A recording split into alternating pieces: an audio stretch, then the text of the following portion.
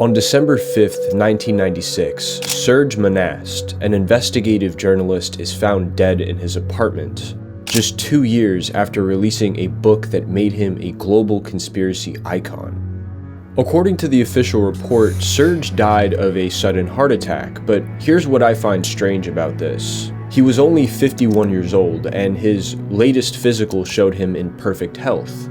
No warning signs, no medical history indicating he's ever had any heart condition, and he's just gone.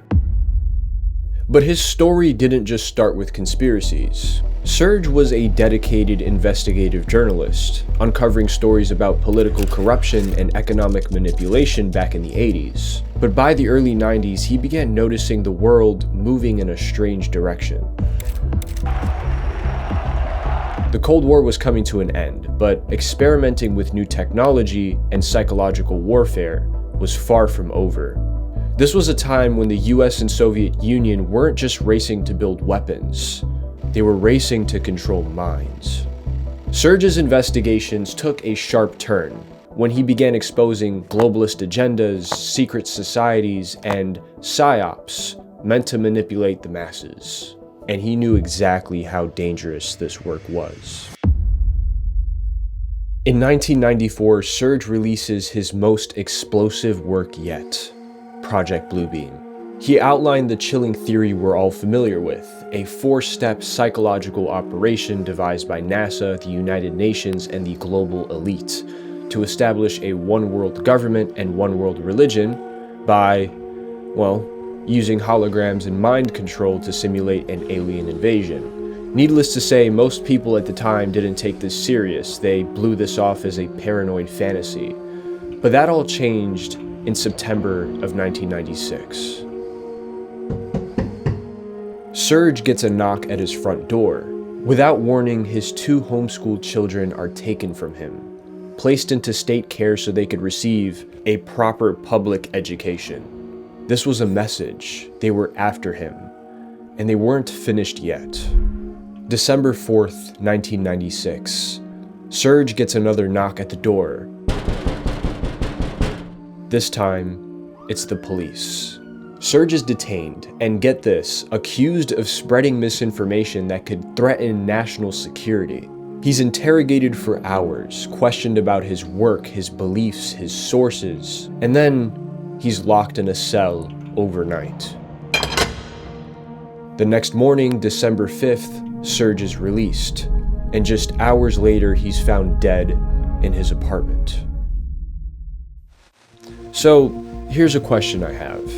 If Project Bluebeam is just some wild speculation, then why did Serge claim he and other journalists investigating this exact theory were being watched and followed, with their phones tapped and constant harassment? Serge has even publicly said in interviews that whistleblowers like him would be put to death, which makes his mysterious heart attack right after his detainment a whole lot more suspicious if you ask me. Now, most people would brush this off as a strange coincidence, and back in the 90s that may have been pretty easy because these theories were seen as crazy, but things have changed now. It's a disinformation campaign within our government to deny existence of UAP. Government is operating with secrecy. You have UAP whistleblowers testifying in courtrooms and going on podcasts, alleged alien bodies being found and published on the news, strange orbs and unidentified objects swarming military bases and places of interest all over the world, the development and use of direct energy weapons, real, documented, and probably a lot more advanced than we're told. It's really hard to ignore the similarities between these modern developments and Project Bluebeam. But how true is it?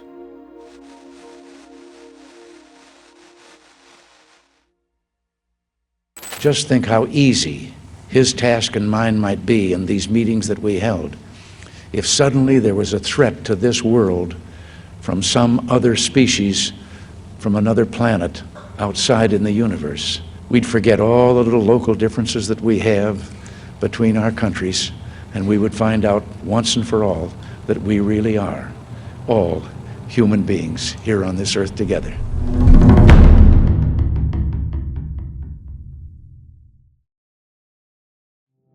So, no one really knows why it's called Project Bluebeam, but here's my best guess. Back in 1947, the US Air Force opened a UFO investigation called Project Blue Book. It all started with something called the Roswell incident, where a rancher found really strange debris on his property. He described the material like tin foil that you crumple it up and it regains its thing. These I-beams that are purple with hieroglyphic writings. There was another major sighting in 1952. Multiple unidentified objects appeared over radar in Washington, D.C. They were detected at both Washington National Airport, which is now Reagan National Airport, and Andrews Air Force Base. The military flew their jets in to investigate, but the moment they got there, the objects vanished, only to reappear once the jets left. So after decades of investigation, Project Blue Book was officially closed in 1969 with 3 conclusive statements. First, there was no national security threat posed by these UFOs. There was also no evidence that the craft was beyond scientific capabilities, and there was no proof of extraterrestrial origin. Another common theory is that Serge Monast was inspired by an unproduced Star Trek film from the 70s titled The God Thing, where an alien uses holograms and mind control to convince people that it was God before getting sent back to its dimension. Is this the voice of God? So now the question becomes, did Serge just get inspired from science fiction and make a few lucky predictions, or was he really onto something? What I found was that the underlying narrative behind Project Bluebeam doesn't really have much to do with holograms, mind control, and staged events. At its core, it revolves around the idea that organizations like NASA and the United Nations are just fronts, facades to distract us from the real puppet masters pulling the strings. Serge Monast called them the Shadow Masters. They secretly control the media, the military, politics, money, and many, many other things. And if you really pay attention to these globalist think tanks like the Bilderberg Group or the World Economic Forum, you'll start to see the patterns. You have politicians mingling with unelected business elites, NGOs and private corporations shaping policies behind closed doors. And the ideas they promote? They sound noble on the surface. Words like globalization, sustainability, and inclusivity seem to float around with ease. But if you scratch beneath the surface, a darker agenda begins to emerge. A giant push for a cashless society. A world without private property ownership and living a life by subscription. Replacing the human labor force with AI and using crises, real or fabricated, as a catalyst for sweeping global changes. And all of these ideas have one thing in common. They sound dystopian. It's an indication of a new world order being built, old systems being replaced with new ones. According to many reports we've received, we believe it will begin with some sort of worldwide economic disaster. Not a complete crash, but enough to allow them to introduce some kind of in-between currency before they can introduce electronic cash to replace all paper and plastic money. That sounds like a CBDC, or a central bank digital currency. And these think tanks pitch these ideas as there's something revolutionary or utopian. But when you examine the people within them closely, it's very clear they're just a bunch of hypocrites. Do you honestly think that Klaus Schwab or Larry Fink would be happy to own nothing, to live their life by subscription? Do you think any of them would be happy to eat the bugs? But let's just say society is gullible enough to unify under these hypocritical delusions. This would create a world where a small group of elites controls literally everything. Your food, your home, your money, your choices will be monitored, all under this illusion that it's for the greater good. Now, according to Serge Monast, the goals of Project Bluebeam are as follows: one world government, one world religion, erosion of national identity, and erosion of family in favor of the state. Does that not sound like a globalist dream come true? A carefully crafted utopia for them, and a prison for everyone else. But although you have a lot of power as an elite, you're kind of faced with a problem. This transition from the old to the new world has to be done quite gradually. Implementing policy after policy, brainwashing politicians and business people on your ideals, so that we penetrate the cabinets. pushing agendas through media and slowly but surely bringing this dystopian nightmare to fruition. But what if it didn't have to be that slow?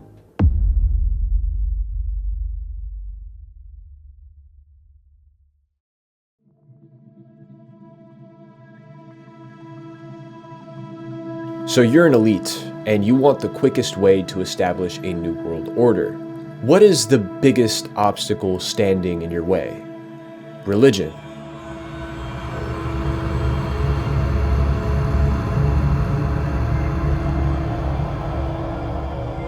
Think about it, millions of people united under belief of a higher power. That kind of conviction, it makes people resilient. Eliminating religion has been tried before, but maybe, just maybe, the reason it hasn't worked is because we've been trying it the wrong way. Instead of trying to destroy religion, why don't we make people question it themselves? Imagine this, a historical artifact is all of a sudden discovered that contradicts the core of a religion. Or maybe it doesn't outright deny the faith, it reinterprets it. Suddenly, belief systems aren't completely destroyed, they're reprogrammed. The way Serge Monast describes the execution of this stage is through fabricated earthquakes. These earthquakes would be strategically placed in certain areas of the world, leading to these new archaeological discoveries. But of course, there's a problem. Causing these earthquakes isn't exactly subtle. Oil fracking, too noisy, too messy, too many people involved. Mining operations are very hard to keep discreet. So how do you pull this off without anyone noticing? Well, some people suggest the use of direct energy weapons. With precise targeting, you won't need an army of workers, just the right frequency. And suddenly, the Earth moves exactly how you want it to. And when the dust settles, groundbreaking discoveries are conveniently found. Artifacts that seem to rewrite history, undermining faith and sowing seeds of doubt. Sure, it would spark controversy, but would it really get people to believe in something new? Probably not, which is why stage 1 is just the beginning.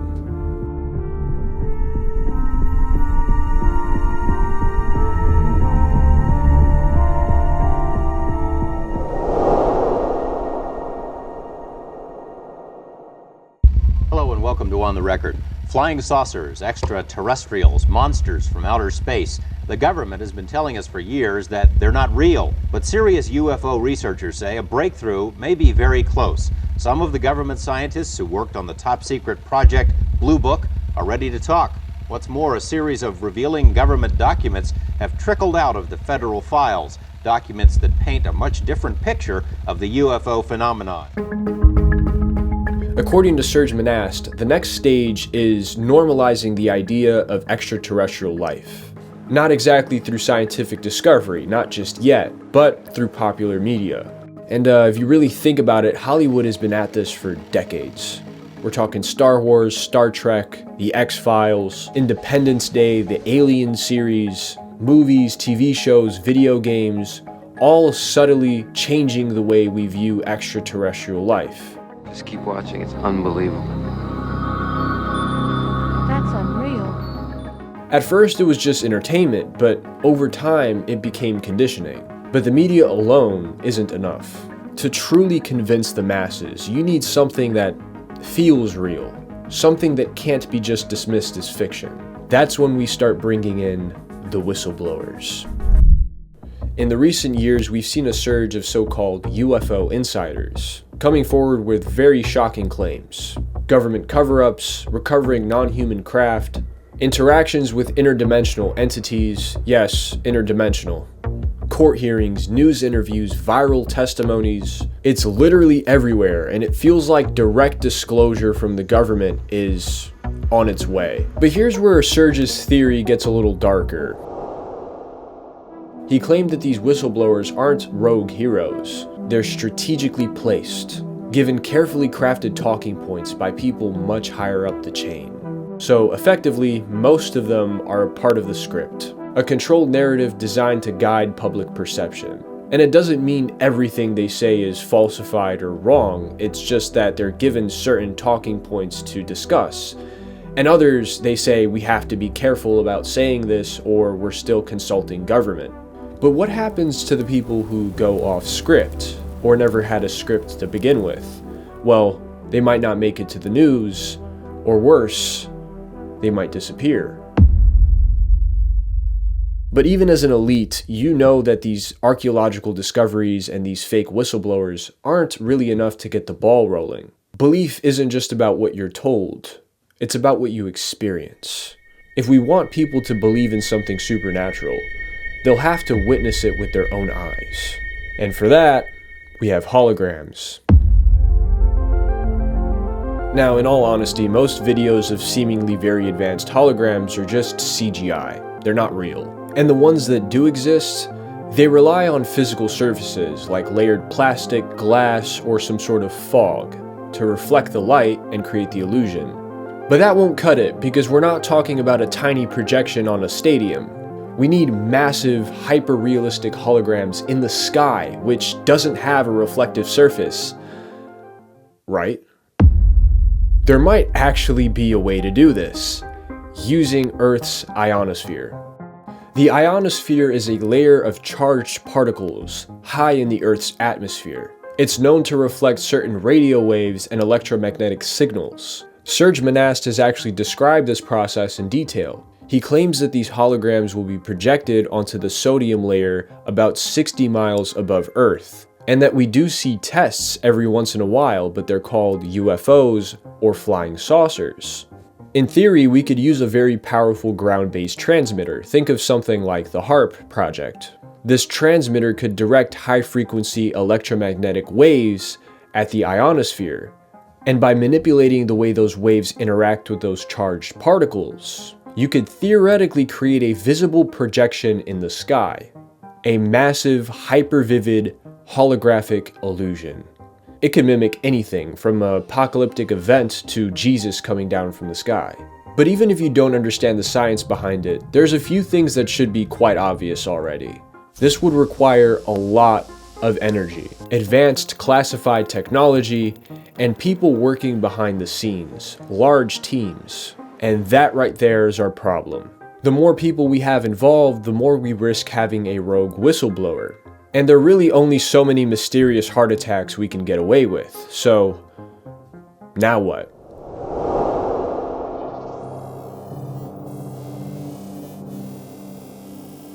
As unrealistic as it sounds, mind control is actually real. It has been for a long time, and it's only getting more advanced. Scientists discovered that the human brain operates on specific electrical frequencies, and they found that external electromagnetic frequencies could actually influence the brain's behavior.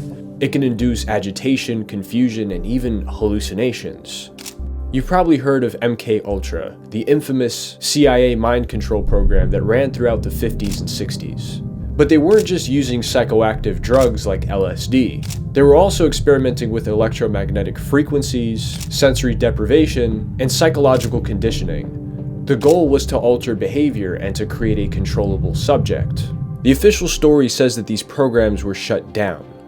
But do you really think they would just shut things down after getting that far? I mean, just look at this video of a direct energy weapon being used on a crowd. All these people experienced was a frequency. There was no heat or fire that made them react that way. The government even patented a device that can trigger emotions in a target half a mile away.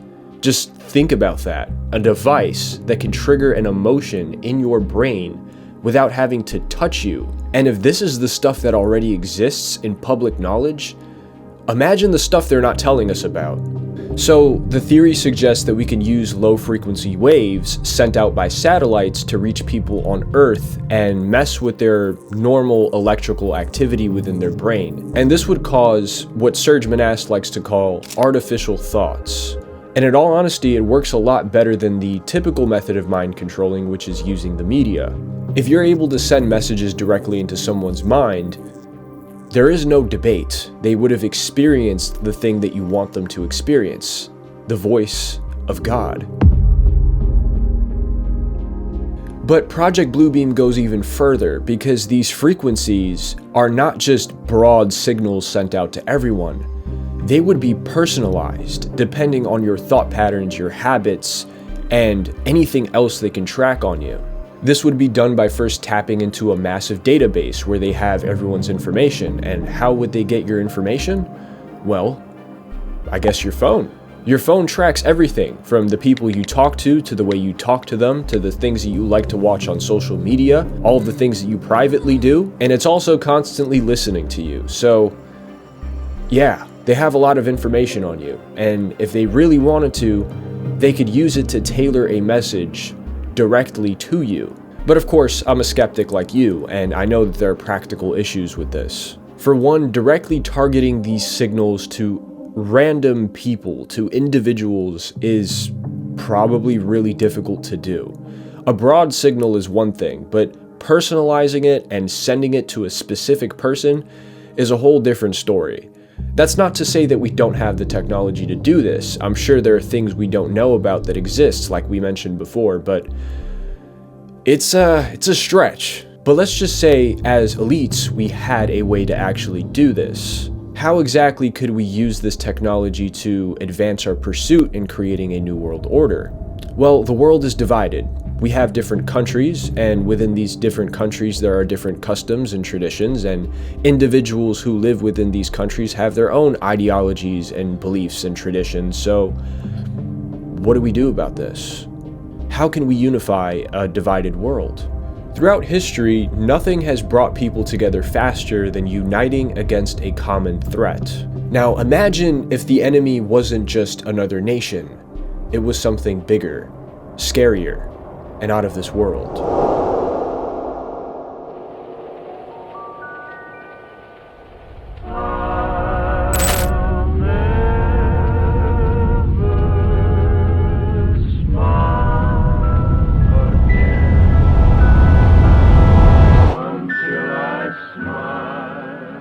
Let's take ourselves out of the elite's shoes for a moment and go back into yours. Imagine just getting home after a long day. You're about to chill, eat something, maybe watch some TV, and then all of a sudden, you hear something. What the f*** is that, dude? You run outside to check it out. All of your neighbors are looking at the sky, and when you look up, you freeze in terror. Hundreds of flying saucers leveling your hometown with lasers. People running, panicking, screaming, praying to God for a miracle. You luckily manage to find shelter with a few of your neighbors. Huddled in the dark, you hear someone whisper. It started with sightings in major cities, New York, Tokyo, London. Then the governments from all around the world sent out an emergency broadcast. Nuclear weapons are being deployed everywhere. The ground shakes, another explosion in the distance. The sky outside glows an unnatural orange, like it's on fire, with hundreds of blue beams shooting down and destroying everything in their path. And here's the thing, you know about Project Bluebeam. You've seen the theories, you've read the warnings, you know that this attack is fabricated. But none of that matters now, because even if it is fake, it feels real. If the holograms, mind control, and archaeological discoveries didn't convince you yet, this will. Now, realistically, can this alien invasion actually be pulled off? Yeah. As a matter of fact, if we had the means to put holograms in the sky, faking an alien invasion is probably quite easy. We would need some real damage to sell the illusion, a few real laser strikes, maybe deploy some experimental craft, but the rest of it? Holograms. Of course, the media would do the heavy lifting with non-stop coverage, but even if this was mostly faked, people would be way too terrified to actually take notice, and even if they did, they wouldn't care because it's scary. But mass hysteria isn't the goal of this operation, and leveling towns with lasers isn't either. So, what's next?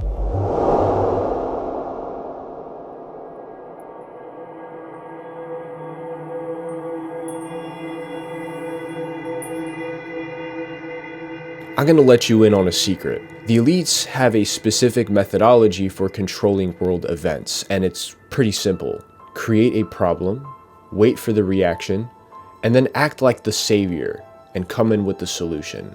Since stage 1, we've been laying the groundwork for this solution. Mass hysteria, the collapse of religious belief, the fake alien hoax. Now comes the final move, introducing a new god. A figure who will save humanity, or rather, lead us into a new era. Many people call it the Antichrist, the false god, fabricated to unite humanity under one authority, one belief, one global system. Nations, broken and desperate, gather their leaders. They disarm their nuclear weapons, pledging allegiance to this new world order. A historic meeting unfolds, not of equals, but of submissive governments, handing over their sovereignty in exchange for security and guidance. And there it is, plan complete.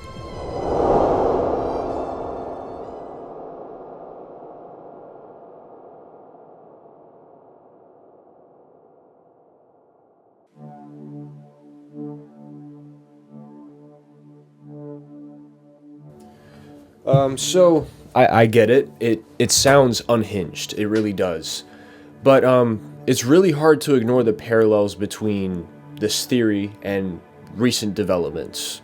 And I've also noticed there's a little bit of a confusion on the stages of Project Bluebeam, whether they're in chronological order or not. I personally place them this way because I believe it makes more sense to have an alien invasion and the savior come after. But there are plenty of people who say the alien invasion is actually the last stage. I don't think that makes much sense. After all, the goal of Project Bluebeam isn't the aliens and the holograms and the space lasers and scaring people to death. It's unifying them under a new world order. As for Serge Monast, he was definitely onto something, and I have a feeling someone wanted him silenced. That's not to say that I'm right or that the events I've described are gonna play out exactly, but I think it's quite clear after these last few years, after all of these UAP testimonials and proof of extraterrestrial life that's now hitting the mainstream, there's something fishy going on. There's also no real point in me attempting to debunk or to prove this theory is 100% true or accurate because there's honestly a lot we just don't know. At the end of the day, all we can really do is be vigilant and have conversations about these things. But you know, there is one thing you can do. Paint your roof. It's the 20 homes that are just totally destroyed.